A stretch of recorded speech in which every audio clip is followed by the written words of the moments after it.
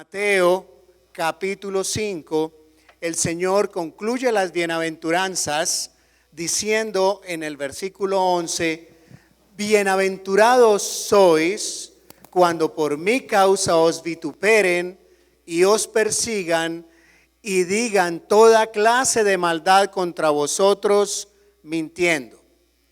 Ahora, uno pensaría que las personas que exhiben el carácter que se describe en las bienaventuranzas debería recibir la alabanza del mundo, deberían ser como exaltadas por el mundo, pero no es así. El mero hecho de estar asociados con Cristo es razón, es motivo suficiente para recibir rechazo y persecución. Dice el Señor otra vez en Juan, en el Evangelio de Juan, en el capítulo 15, versículos del 15 al 20. Si el mundo os aborrece, sabes que a mí me ha aborrecido antes que a vosotros. Si fuerais del mundo amaría lo suyo, pero porque no sois del mundo, antes yo os elegí del mundo, por eso el mundo os aborrece. El siervo no es mayor que su Señor. Si a mí me han perseguido, también a vosotros perseguirán. Ahora nos preguntamos, ¿por qué esa hostilidad? ¿Por qué ese aborrecimiento hacia Cristo y a los suyos? ¿Qué es eso que hay en el Señor que mueve a los hombres no solamente a rechazarlo, sino también a rechazar a todos los que se le parecen? Bueno, Cristo mismo responde esa pregunta. En el versículo 25 del mismo capítulo de Juan que acabamos de citar, dice, sin causa me aborrecieron.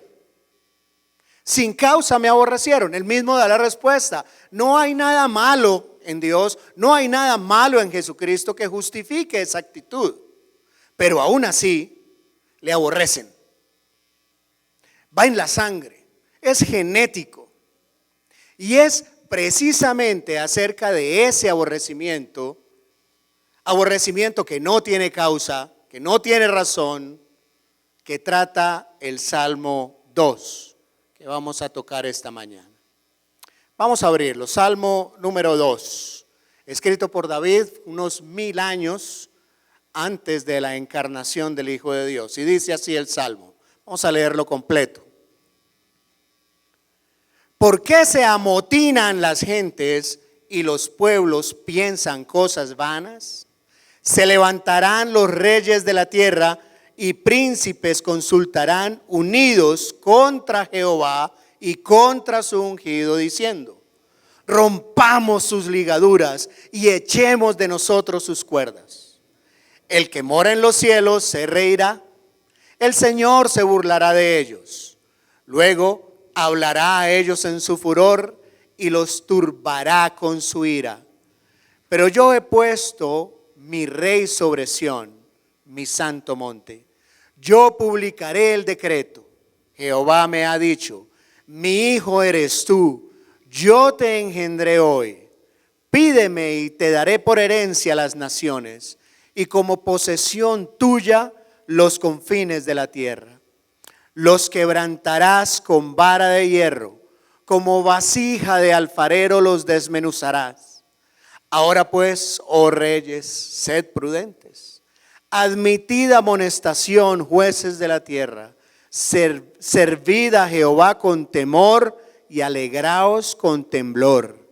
Honrad al Hijo para que no se enoje y perezcáis en el camino, pues se inflama de pronto su ira. Bienaventurados todos los que en él confían. Ahora sí entendemos por qué no hay un himno del Salmo 2, porque es dramático.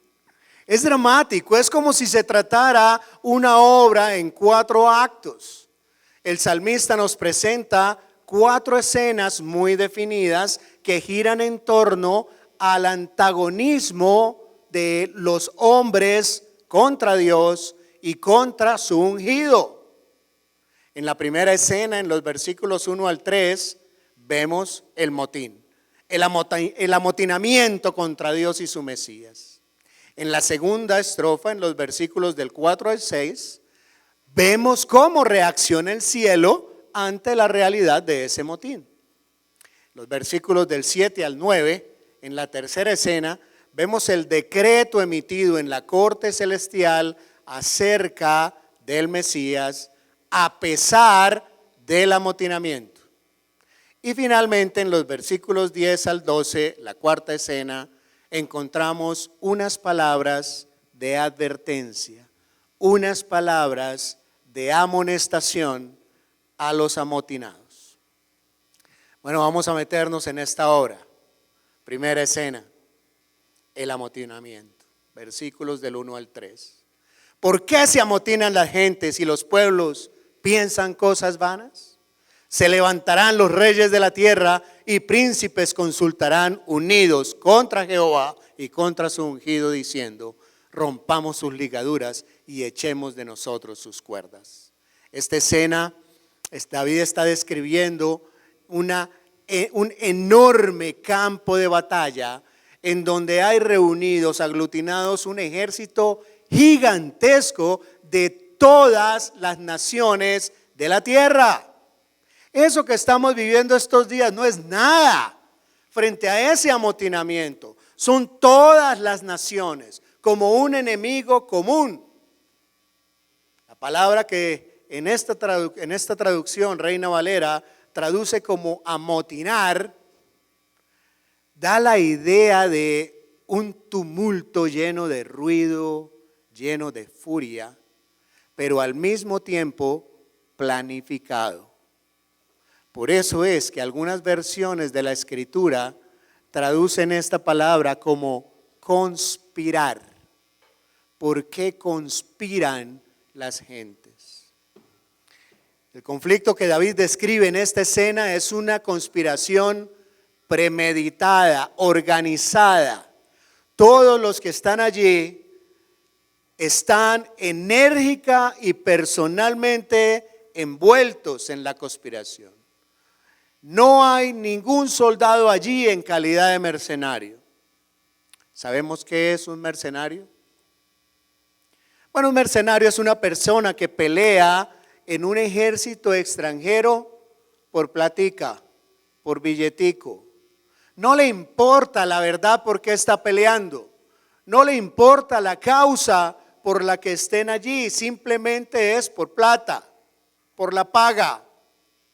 Pero en este amotinamiento no hay mercenarios. En este amotinamiento no hay nadie que haya sido arrastrado a ese campo de batalla por ignorancia. No. En este amotinamiento, en este tumulto, nadie ha sido arrastrado allí por ignorancia. Todos tomaron la determinación, todos tomaron la decisión de estar allí. De hecho, la palabra que se traduce aquí como pensar, que dice en el versículo 1, y los pueblos piensan cosas vanas, esa palabra que se traduce allí como pensar es exactamente la misma que aparece en el versículo 2 del Salmo 1. En el Salmo 1, en el versículo 2, dice que el justo se deleita en la ley de Dios y medita. Allí está la palabra, medita en ella de día y de noche. Esa palabra medita es la misma que se traduce como pensar en el capítulo 2. Así como el justo medita con deleite en las sagradas escrituras, así estos individuos maquinan contra Dios, acariciando con pasión la idea de poder deshacerse de Él, borrarlo del universo, no solamente a Él, sino también a aquel que ha sido señalado como su mediador. Miren ustedes en el versículo 2, se levantan los reyes de la tierra y príncipes consultarán unidos contra Jehová y contra su ungido. Contra su Mesías, dice el texto hebreo. Recordemos que esta palabra que aquí se traduce como ungido, se traduce en hebreo como Cristo, en griego, perdón. Como Cristo, el ungido, en el Nuevo Testamento. Así que el ungido al que está hablando aquí es el Hijo de Dios. Ahora, el objeto de esta conspiración universal, el objeto de este amotinamiento, no es otro que la segunda persona de la Trinidad encarnada, el Señor Jesucristo, el ungido, el Mesías. Los seres humanos diferimos en muchas cosas. Si hay algo que caracteriza a este mundo, es que es un mundo muy fragmentado. Hay mucha división en el mundo en que vivimos. Hay divisiones políticas, hay divisiones económicas, incluso religiosas. Pero en lo que respecta al rechazo al único Dios vivo y a su Hijo Jesucristo, todos tienen una misma mente y un mismo corazón, todos, de amotinamiento. Cuando se dice aquí que los reyes de la tierra, que los príncipes consultarán unidos, están conspirando como representantes de los que están debajo. Ellos no están conspirando simplemente porque un día se levantaron y ay, ¿qué? No tengo nada que hacer, quedé desparchado, venga, reunámonos a ver qué nos inventamos. No, es planificado y lo están haciendo como representantes de esos pueblos. Pero todos los que están debajo, todo ese pueblo comparte con ellos el mismo pensamiento, y eso quedó claramente evidenciado durante el ministerio de nuestro Señor Jesucristo. En los días de Cristo, la sociedad estaba muy dividida.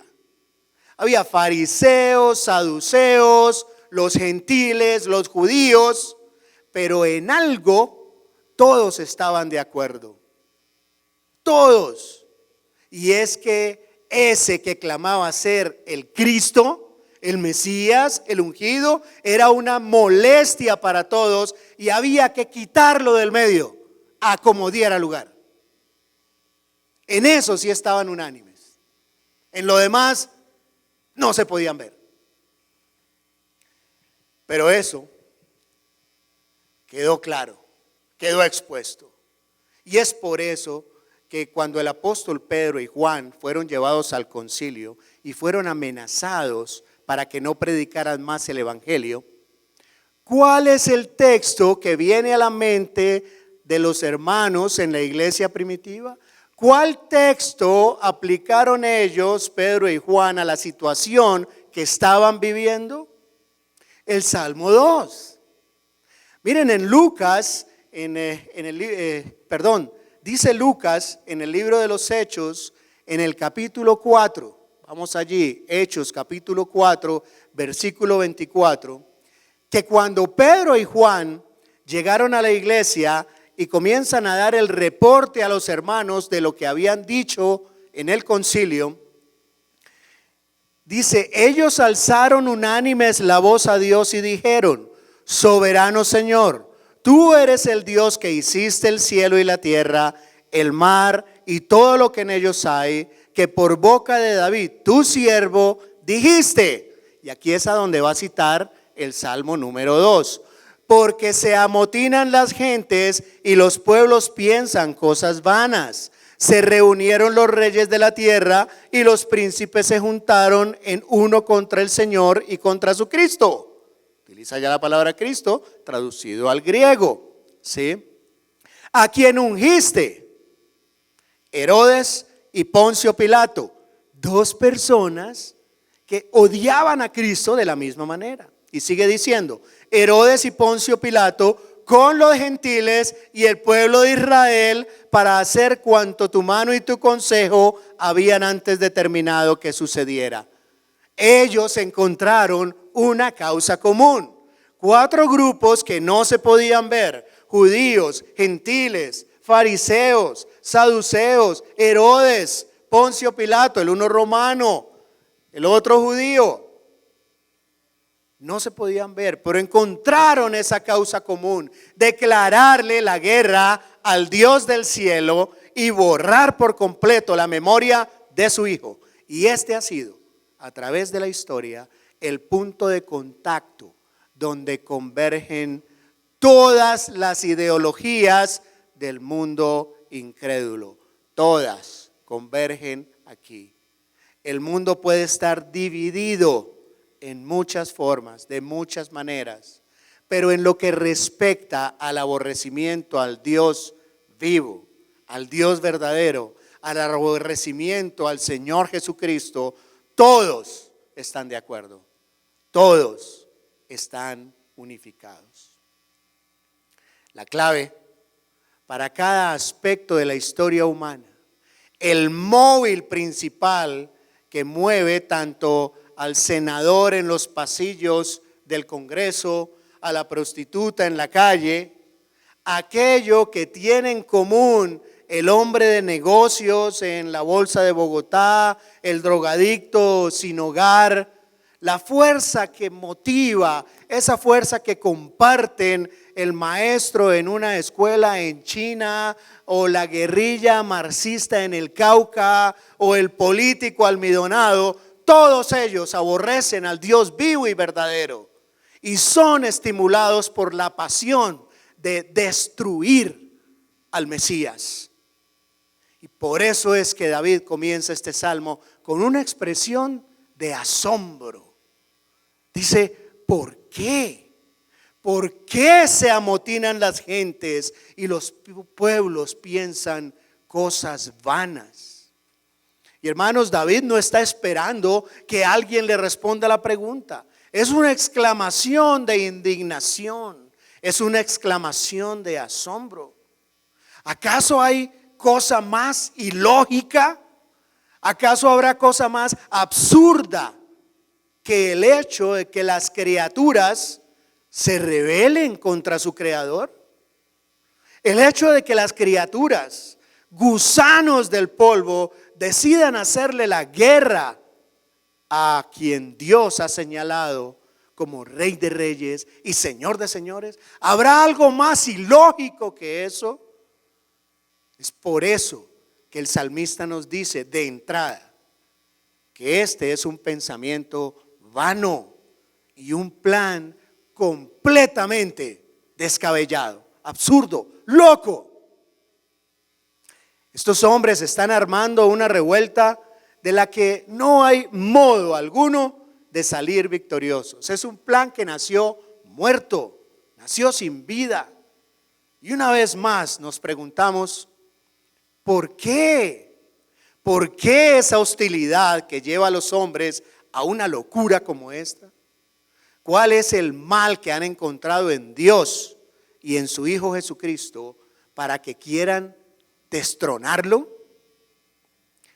En Jeremías capítulo 2, versículo 5, Jeremías capítulo 2, versículo 5,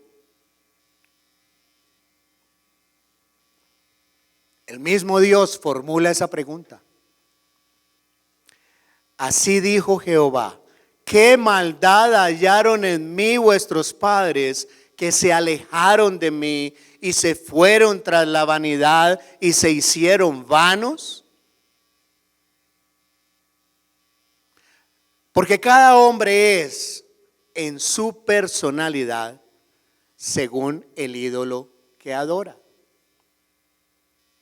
Me dejaron a mí, dice Dios, fuente de agua viva, y cavaron para sí cisternas rotas que no retienen agua. Por eso Dios pregunta: ¿cuál es la maldad que vuestros padres hallaron en mí? ¿Cuál es la razón de esa rebeldía? Por cierto, Dios no ignora la razón. Esta no es una pregunta porque Dios tenga problemas de Alzheimer. No, Dios sabe, Dios lo sabe. Versículo 3, y voy a leer desde el versículo 2 del Salmo. 2. Se levantarán los reyes de la tierra y príncipes consultarán unidos contra Jehová y contra su ungido, diciendo: he aquí el grito de guerra de los conspiradores. Escuchen: rompamos sus ligaduras y echemos de nosotros su cuerda. Esa es la esencia del problema. Los hombres se resienten ante la autoridad de Dios. No soportan la idea de tener que someterse a sus estándares. Cuando piensan en los mandamientos de Dios, no los ven como directrices de un Padre bueno que nos ama. No, lo ven como cadenas que esclavizan. Rompamos sus ligaduras, dicen. Echemos de nosotros su cuerda. La idea que da estos dos verbos hebreos es que vamos a quitarnos ese yugo, vamos a arrojarlo lo más lejos que podamos, esas cadenas que nos tienen apretujados. El problema del hombre no es intelectual, no es por falta de evidencia que los incrédulos no creen. Esta semana estaba leyendo a propósito de revueltas y a propósito de amotinamientos, que durante la Revolución Francesa, los promotores de la Revolución Francesa trataron de eliminar por completo cualquier vestigio de religión. Y eso se da vez tras vez. Miren ustedes la historia. Todas comienzan y todas tienen motivaciones diferentes. Ay, que la igualdad, que la pobreza, que los derechos humanos, que todo lo que ustedes quieran. Pero en últimas suceden cosas en todas ellas igualitas. Tratan de eliminar por completo cualquier vestigio de religión. Hasta cambiaron la semana. Imagínense, como era una semana entre comillas cristiana, ¿sí? 7 días, 7 días de creación, 6 de creación, 1 de descanso, que la semana tenía que ser de 10 días. Y lo hicieron, por supuesto, no funcionó. Tuvieron que volver al esquema anterior, pero una de las cosas que sí hicieron fue destruir los templos, fue convertir los lugares donde se exaltaba a Dios en lugares para exaltar la razón humana. Cuentan, dice una historia, que uno de esos individuos fue a una iglesia y tomó un crucifijo que estaba en la pared, lo arrojó al piso y le dijo a las personas que estaban allí: mis amigos ciudadanos, como hoy se llaman camaradas, ahora no, mis amigos ciudadanos. ¿Sí? Nosotros vamos a borrar completamente todo lo que les recuerde a Dios. Uno que estaba sentado en ese momento allí en esa congregación le dijo: ciudadano, tendrás también que tumbar las estrellas del cielo, porque eso no es posible. No es por falta de evidencia. La Biblia está aquí, la Biblia es clara, la Biblia es la palabra de Dios. No es por falta de evidencia, es un problema moral. Miren, si Dios se limitara a dar buenos consejos, si Dios se limitara a hacer uso de su poder para hacernos la vida más agradable, más placentera, créanme, nadie quisiera destronarlo. Los hombres en realidad no tienen problema con la idea de Dios en sí misma, pero un Dios creado por ellos. No, el hombre es un enfermo religioso, él crea sus propios dioses facilito. Muchas de las personas que se visualizan a sí mismas no se visualizan como enemigas de Dios.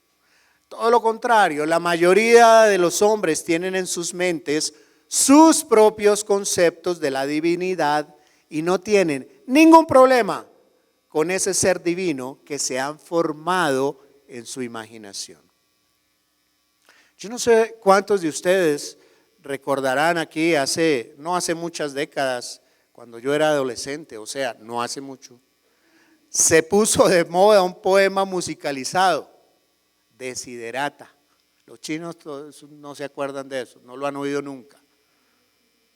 Pero al menos Eric, el pastor y yo, sí. Una de esas de las líneas de ese poema musicalizado decía: procura estar en paz con Dios, cualquiera que sea tu idea de Él. Porque era una voz así, ¿no? Todo el poema era así. Uno decía, wow, qué espiritualidad. Mentiras. Procura estar en paz con Dios, cualquiera que sea tu idea de Él. Cualquiera que sea tu idea de Él. Procure estar en paz con Dios. ¿Qué Dios? La palabra Dios allí son 4 letras sin significado. Cuando nosotros le quitamos el contenido revelado por la Escritura, son 4 letras inservibles que no significan nada. ¿Qué Dios? El salmista no está hablando aquí de una idea general y abstracta de la deidad. Una idea que cada cual pueda modelar a su antojo como si Dios fuera de plastilina. No, él está hablando de Jehová. Repito, ¿por qué se amotinan las gentes y los pueblos piensan cosas vanas? Se levantarán los reyes de la tierra y príncipes consultarán unidos contra Jehová. Contra el Dios que se ha revelado a través de la creación, a través de su palabra. Contra el Dios que ha diseñado un plan de redención, cuyo centro es la persona de su Hijo, nuestro Señor Jesucristo. Es de ese Dios del que el salmista está hablando. Él está hablando de ese Dios, un Dios que no ha claudicado su derecho a ser Dios. Un Dios que demanda obediencia a todas las criaturas. Ese Dios Jesucristo, es el objetivo de la hostilidad del corazón humano. ¿Por qué? Solamente por el hecho de que es Dios y por el hecho de que ejerce como Dios. En alguna ocasión el Señor Jesucristo dijo una parábola en Lucas capítulo 19, la parábola de las 10 minas. Y vemos allí en esa parábola el mismo problema. Esta parábola es la historia de un hombre noble que se fue a un país lejano para recibir un reino y volver. Pero sus conciudadanos le aborrecían. Y entonces enviaron una embajada, un grupo de personas diciéndole, ¿sí?, que no querían que él regresara. No queremos que reine más sobre nosotros. Ese es el problema. No queremos que éste reine sobre nosotros. Yo no quiero que ninguna persona, ni siquiera Dios mismo, me diga cuáles son los estándares con que tengo que vivir. Por eso dicen, rompamos sus ligaduras. Echemos de nosotros sus cuerdas. Esto no es sino un eco de esa mentira que el diablo puso en la mente de nuestros primeros padres en el Edén, en el huerto. Si se quitan de encima la autoridad de Dios, ustedes serán como dioses. Esa es la mentira. El problema es que ese ensalzamiento del hombre no será completo mientras Dios de alguna manera siguiese viviendo. Había que matar a Dios. Y eso es lo que han querido casi todas las revoluciones, si no todas. Matar a Dios. Un poeta ya del siglo pasado, un apellido rarísimo, Swinburne. Iba a decir que no me iba a atrever a decirlo. Escribió un poema que en una de sus líneas decía: gloria al hombre en las alturas. Hágame el bendito favor. Gloria al hombre en las alturas. Bueno, para que haya gloria al hombre en las alturas, hay que destronar al soberano. hay que matar a Dios. He ahí la empresa humana. El hombre quiere ser su propio Dios. Por eso tiene que quitar de en medio al Dios único y verdadero. Ahora, ¿cómo reacciona el cielo ante ese complot universal, ante ese amotinamiento universal? ¿Acaso hay alarma en el cielo por causa de esa conspiración? ¿Dios temblando? Esa es la escena que el salmista pasa a describir en el versículo 4 al 6. Segunda escena, la reacción del cielo. Dice el versículo 4 al 6. El que mora en los cielos se reirá. El Señor se burlará de ellos y luego hablará a ellos en su furor y los turbará con su ira. ¿Y qué dirá cuando hable de ellos? Dice el versículo 6. Pero yo he puesto mi rey sobre Sión, mi santo nombre. Primera escena, tumulto, miles y miles de personas agitándose ya, brazos arriba, consignas contra Dios. Segunda escena, el mismo Dios sentado en su trono sin el menor grado de turbación, de agitación. No tiene taquicardia, no tiene rubor, toteado de la risa. Esa es la escena que nos está describiendo David en este momento. Él está al tanto de lo que sucede en la tierra, conoce lo que hay en el corazón de cada una de las criaturas, sabe que en el más íntimo del ser desearían darle un golpe de estado para no tener que cumplir su voluntad. Pero eso no causa la menor señal de pánico en el cielo. No, se trata de un amotinamiento tan absurdo que lo único que produce es la risa de Dios. El que mora en los cielos se reirá. Obvio, no es una risa de placer, no es una risa de deleite. A Dios no le hace ninguna gracia el amotinamiento de la criatura en sí mismo. El único objetivo de burla aquí es la soberbia. Es esa soberbia del hombre. No el sufrimiento que finalmente acarreará esa soberbia. Dios se está burlando aquí de la tontería, de la bobería del hombre, de su soberbia. Pero Dios es misericordioso y es compasivo. Y por eso es que al final del Salmo Él da un consejo a los amotinados. Él no deja así el tema, Él no deja así las cosas. Y por eso envió a su Hijo a morir en una cruz por nuestros pecados. Pero lo que el salmista quiere es presentarnos en escena que esta rebeldía humana es completamente ridícula. Es una locura. La risa de Dios es el presagio de su ira. Dice en el versículo 5, luego hablará a ellos en su furor y los turbará con su ira. Pero yo he puesto mi rey sobre Sión, mi santo monte. Y cuando la Biblia nos habla de la ira de Dios, no nos está hablando a una rabia ciega, incontrolada como la de nosotros.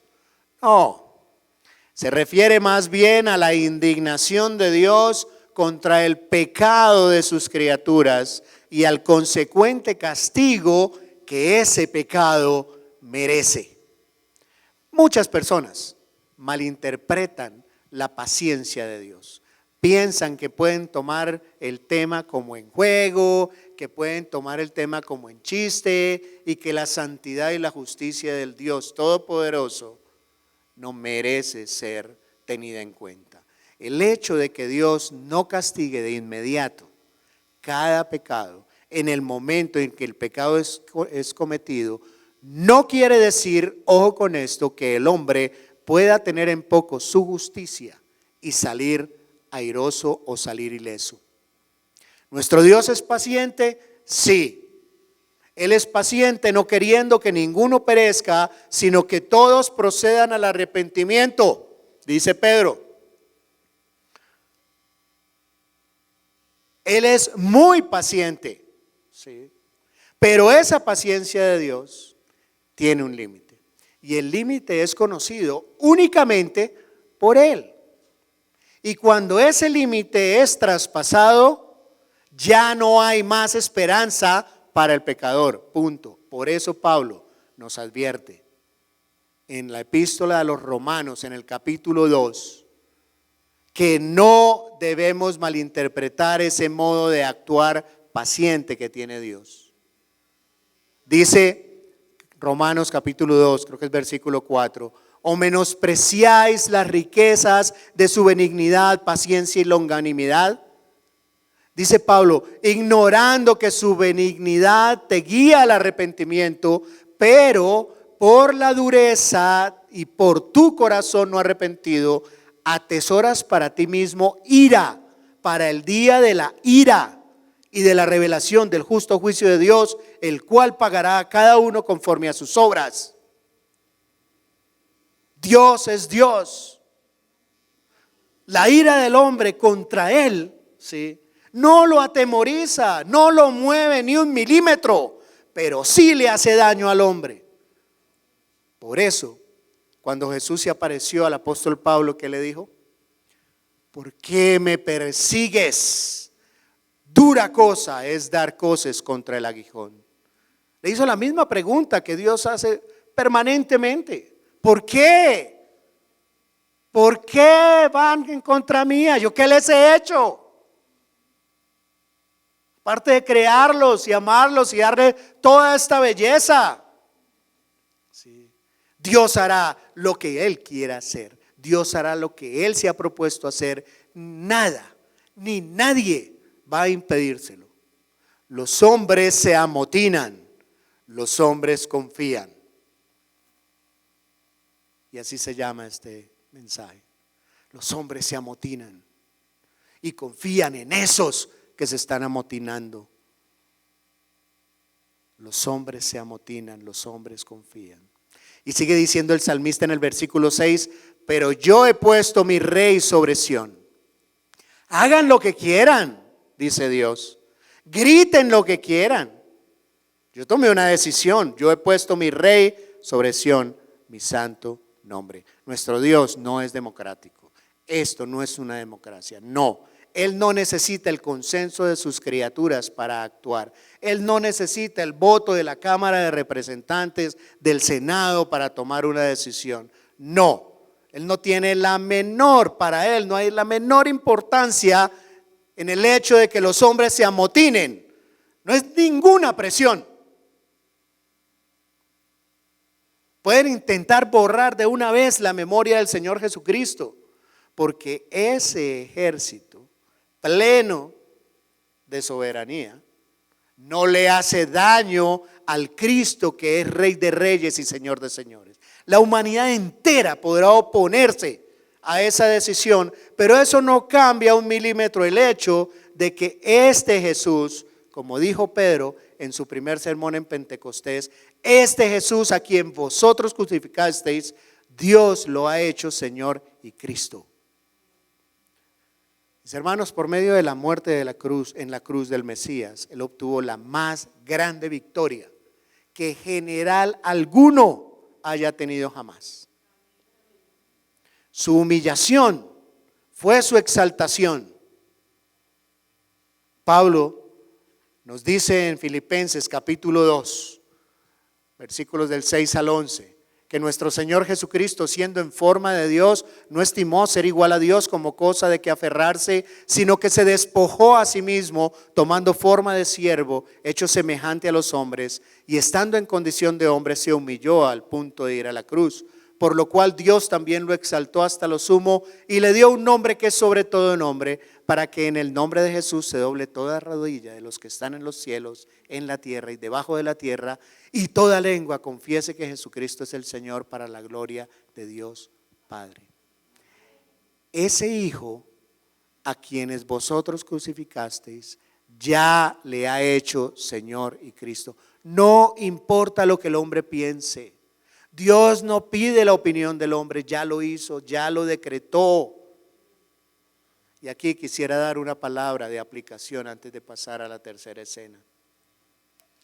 No importa qué tan alto se levante la voz de los que se amotinan. No importa qué tan alto griten en los medios de comunicación, en las universidades en donde la incredulidad se ha puesto como una bandera, en las instancias del gobierno. No importa, nuestro Dios está sentado en su trono y está llevando a cabo el plan soberano que Él ha decretado. Que Jesucristo reine con autoridad absoluta por los siglos de los siglos. Nada ni nadie podrá impedir que Dios lleve a cabo lo que Él se ha propuesto hacer. Por eso es que el Señor, antes de darle a los discípulos la gran comisión, luego de su resurrección les dice: toda potestad, toda autoridad me ha sido dada en el cielo y en la tierra. Por lo tanto, id y haced discípulos. ¿Ustedes creen que los incrédulos van a frenar la expansión del reino de Cristo? No. Es precisamente acerca de eso que trata la escena 3. Versículos del 7 al 9. Yo publicaré el decreto. Jehová me ha dicho: mi hijo eres tú, yo te engendré hoy.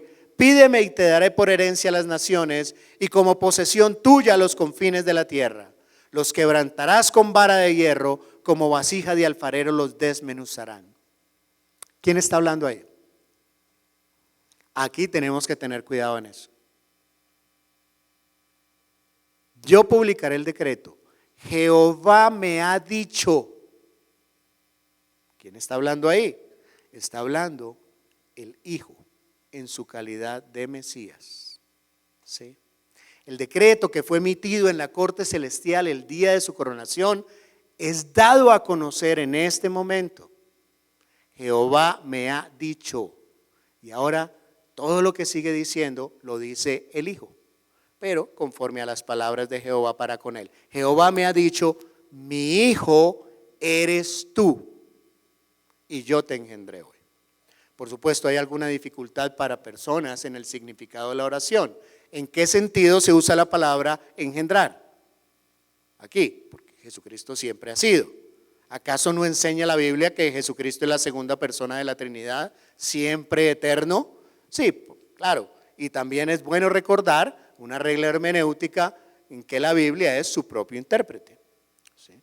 No tenemos que especular mucho en cuanto al significado de la oración, porque la misma Biblia lo explica. Ustedes recuerdan que cuando Dios hizo un pacto con David, le dijo a David que su descendencia siempre había, en su descendencia siempre habría uno que se sentaría en el trono de Israel, y que una de las cosas prometidas en ese pacto es que había una relación especial entre ese rey y Dios en virtud del pacto. Ahora, en 2 de Samuel capítulo 7 versículo 14, en el contexto del pacto davídico: yo le seré a él padre y él será mi hijo. Todos sabemos que el cumplimiento de esa promesa apunta al Mesías, nuestro Señor Jesucristo. Como descendiente de David, él fue puesto en esa posición en un momento de la historia. ¿Cuándo fue puesto en esa posición? Luego de la resurrección. El Nuevo Testamento interpreta esta frase. En Hechos capítulo 12, el apóstol Pablo está predicando en Antioquía de Pisidia. Él está predicándole a judíos que conocen el Antiguo Testamento. Y dice en el versículo 26: varones hermanos, hijos del linaje de Abraham, los que entre vosotros teméis a Dios, a vosotros es enviada la palabra de esta salvación. Porque los habitantes de Jerusalén y sus gobernantes, no conociendo a Jesús ni las palabras de los profetas que se leen todos los días de reposo, las cumplieron al condenarle. Increíble. Estos judíos tenían la Biblia, pero estaban tan ciegos que se cumplieron las mismas profecías que ellos leían sábado a sábado en la sinagoga y no se dieron cuenta. Dice en el versículo 28: y sin hallar en él causa de muerte, pidieron a Pilato que le matase, y habiendo cumplido todas las cosas que de él estaban escritas, quitándolo del madero, lo pusieron en el sepulcro. Mas Dios le levantó de los muertos, y él se apareció durante muchos días a los que habían subido juntamente con él de Galilea a Jerusalén, los cuales ahora son testigos ante su pueblo. Había testigos oculares de la resurrección. Y sigue en el versículo 32. Nosotros también os anunciamos el evangelio de aquella promesa hecha a vuestros padres, la cual Dios ha cumplido a los hijos de ellos, a nosotros, resucitando a Jesús. Es ahí en donde se cumple, como está escrito también en el Salmo 2. Ahí queda aclarado. ¿Sí? Llama la atención que desde que los salmos fueron compilados, el Salmo 1 era el Salmo 1, el Salmo 2 era el Salmo 2 y así sucesivamente. Aún en esa época, ya Pablo echa mano del Salmo 2. Después de la muerte de Cristo, Él vino a ser coronado como Mesías victorioso. Y eso ocurrió después de la resurrección. Jesucristo no se quedó en la tumba, Él fue declarado Hijo de Dios con poder. No fue hecho Hijo de Dios, fue declarado Hijo de Dios con poder en la resurrección de los muertos. Y en su calidad de Mesías resucitado, Él comisiona a los discípulos para que prediquen el Evangelio. En el versículo 8 del Salmo dice: pídeme y te daré por herencia las naciones y como posesión tuya hasta los confines de la tierra. Y aquí escuchamos también como un eco de la gran comisión del Señor Jesucristo en Mateo. Toda potestad me es dada en el cielo y en la tierra, por tanto id y haced discípulos a todas las naciones, bautizándolos en el nombre del Padre y del Hijo y del Espíritu Santo. Y he aquí que estoy con vosotros todos los días hasta el fin del mundo. El Evangelio será predicado hasta el fin del mundo. Se dará testimonio a las naciones y entonces vendrá el fin. Grite el que grite, patalee el que patalee, haga motín el que haga motín. Es Dios el que ha decretado el triunfo del reino mesiánico y ha decretado los medios a través de los cuales ese reino se va a establecer en la tierra. La predicación de la palabra y la oración. La predicación y la oración. Pídeme y te daré por herencia las naciones. Esa es la luz de la promesa. Viene a mi mente la oración de Cristo en Juan capítulo 17. No solamente ruega por los que ya habían creído, sino también en el versículo 20, mas no ruego solamente por ellos, sino también por los que han de creer en mi palabra, por ellos. ¿Qué es lo que está diciendo aquí Cristo?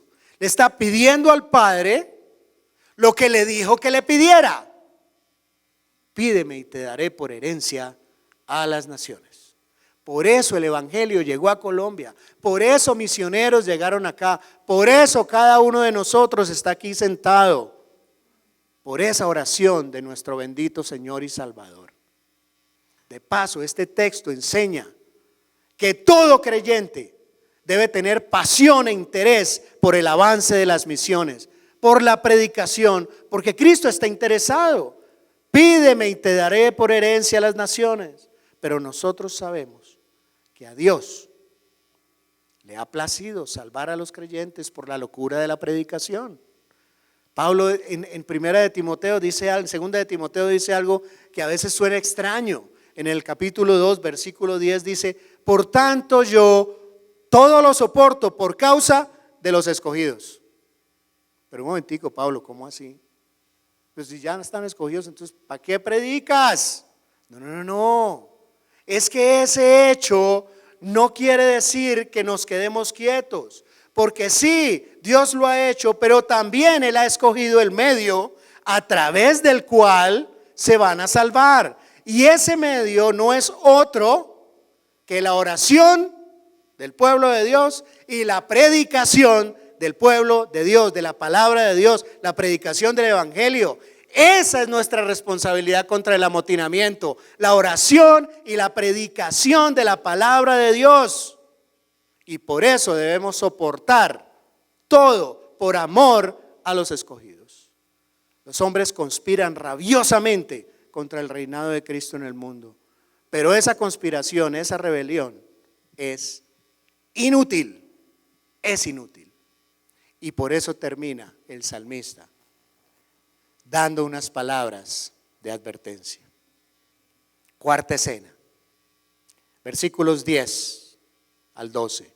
Ahora pues, oh reyes, sed prudentes, admitid amonestación, jueces de la tierra, servid a Jehová con temor y alegraos con temblor, honrad al Hijo para que no se enoje y permanezcáis en el camino, pues se inflama de pronto su ira.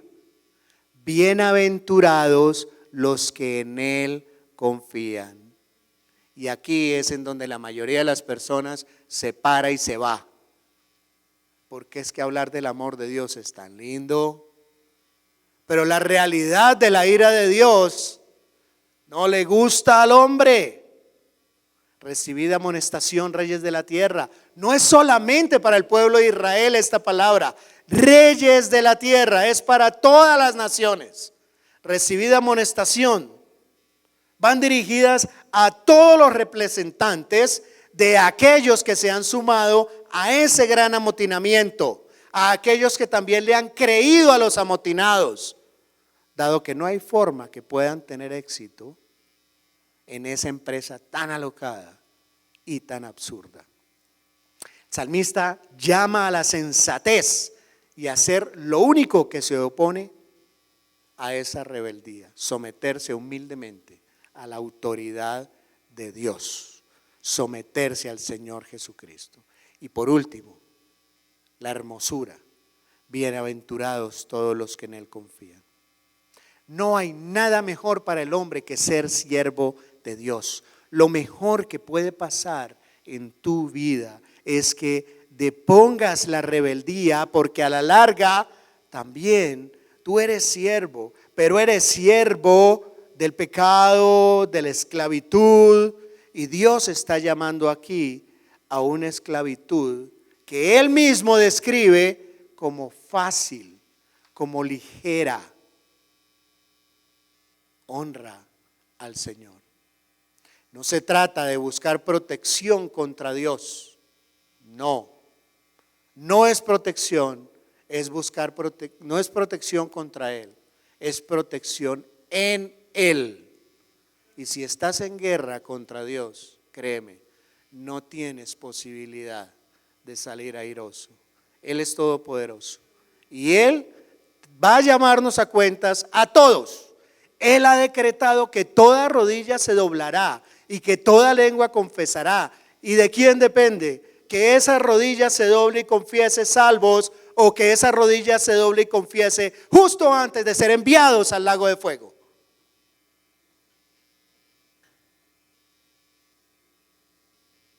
Toda rodilla se comprará, se doblará. Dice la Biblia que todos los enemigos de Cristo serán puestos por estrado a sus pies. De eso no nos quepa la menor duda. Y Él está dando oportunidad. Él sigue dando oportunidad todos los días. Hoy está dando oportunidad para venir a Él en amante sumisión, cuando todavía en amante sumisión de someterse, cuando todavía hay gracia disponible. No hay otro refugio, y por eso hacemos esa invitación. Ven a Él, ven a Él. Todos los que confían en esos hombres amotinados, ven a Él. Nadie lo va a poder hacer por ti.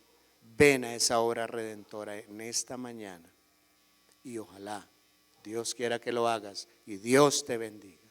Y para ti, iglesia, recuerda, la única forma de pararnos firmes contra los hombres que se amotinan y los que creen, a los que manejan el motín, es asumir el papel, la responsabilidad de haber sido escogidos como el medio a través del cual ellos se van a salvar.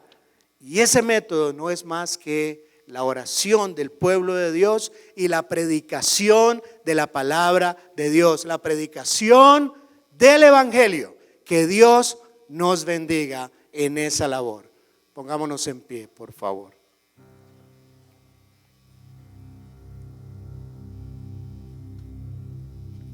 Hermoso Señor, gracias. Gracias, Dios, porque nos has dado a tu Hijo Jesucristo. Gracias porque lo has entregado. Gracias porque le has humillado. Porque Él, sujeto, Señor, en obediencia, se humilló hasta lo sumo y hasta la muerte de cruz. Gracias, Señor, porque no nos has enviado a apaciguar el amotinamiento, pero sí a salvar, predicando el Evangelio a quienes en Él han creído. Gracias, mi Señor, por ser instrumentos tuyos. Gracias, Dios mío, por tu misericordia.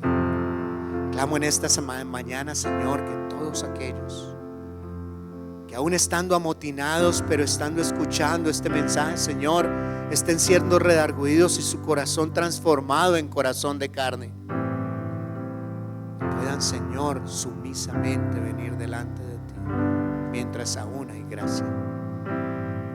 Gracias, Dios mío, por tu iglesia esparcida por toda la tierra, para que tu Espíritu Santo, Señor, como un solo instrumento, como ese bisturí que va cortando con tu palabra hasta los tuétanos, Señor, confrontando, discerniendo los pensamientos y las intenciones del corazón, para que todos aquellos que anden en salvos lleguen a tus pies, Señor.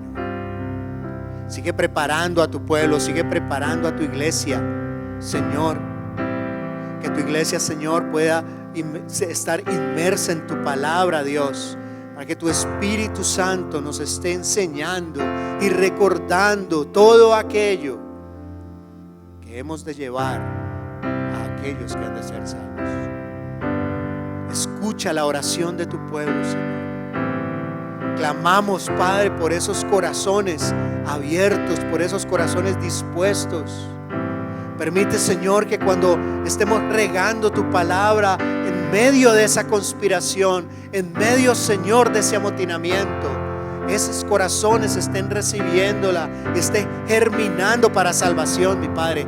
Gracias, Dios mío, por ese privilegio tan grande. Gracias, Señor, porque en tu Espíritu Santo nos guía y nos permite con poder cumplir con ese cometido. Nos postramos delante de ti esta mañana, inclinamos nuestro rostro, pero también inclinamos nuestro corazón y todo nuestro ser, clamando tu misericordia, clamando tu poder para esparcir tu verdad en el poderoso nombre de tu Hijo Jesucristo. Amén. Mis hermanos, Dios nos bendiga. Dios nos bendiga. Muchas gracias.